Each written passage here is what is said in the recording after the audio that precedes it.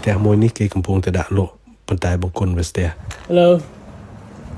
I'm here for a toilet clock. Yeah, it's just inside. Oh, in here? Yeah. That's the mission.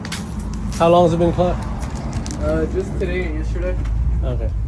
នៅពេលដែលភ្ញៀវទេមកខ្ញុំសួរថាតើជួសជុលបង្គន់ដែលស្ទះយកតម្លៃប្រមាណខ្ញុំតែងតែឲ្យតម្លៃពីរយ៉ាងបើសិនជាស្ទះដោយសារវត្ថុអ្វីមួយដែលតម្រូវឲ្យដោះចានបង្គន់យកចេញទៅក្រៅពេលនោះឈ្នួលធ្វើគឺ$300ប៉ុន្តែបើខ្ញុំគ្រាន់តែប្រើ toilet snake នេះធ្វើឲ្យវាមានដំណើរការឡើងវិញនោះឈ្នួលគឺ$180នៅពេលដែលយើងនិយាយថ្លៃជាមួយភ្ញៀវឲ្យបានច្បាស់លាស់ទុកជាមុនវាមានការងាយស្រួលនៅពេលដែលទូទាត់លុយទោះបីការងារនឹងប្រើរយៈពេល5ម៉ោងឬ5នាទីតម្លៃគឺនៅដដែលបើសិនជាក្នុងករណីណាខ្ញុំមិនអាចធ្វើបានសម្រេចខ្ញុំនឹងអត់យកលុយទេ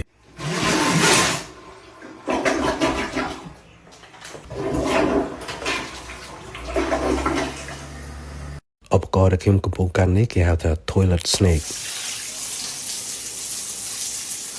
How are you doing? Very good. You? Yeah, good. Oh, you got it now. All right. Yeah. The TV, this guy, here. Oh, it's garbage.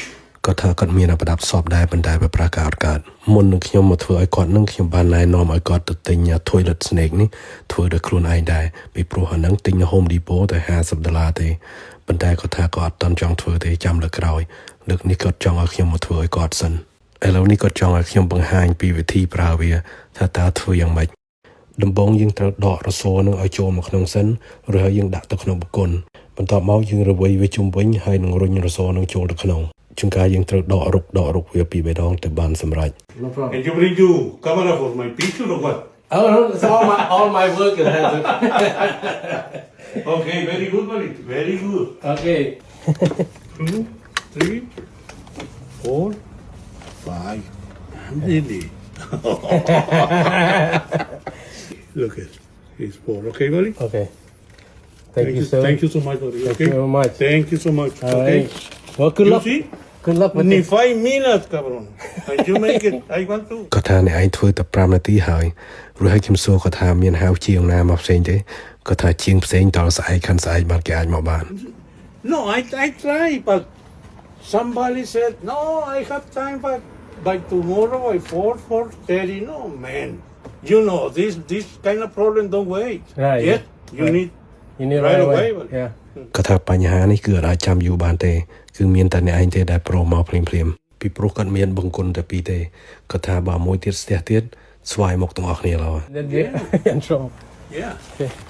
Thank you, sir. Good luck with your house selling.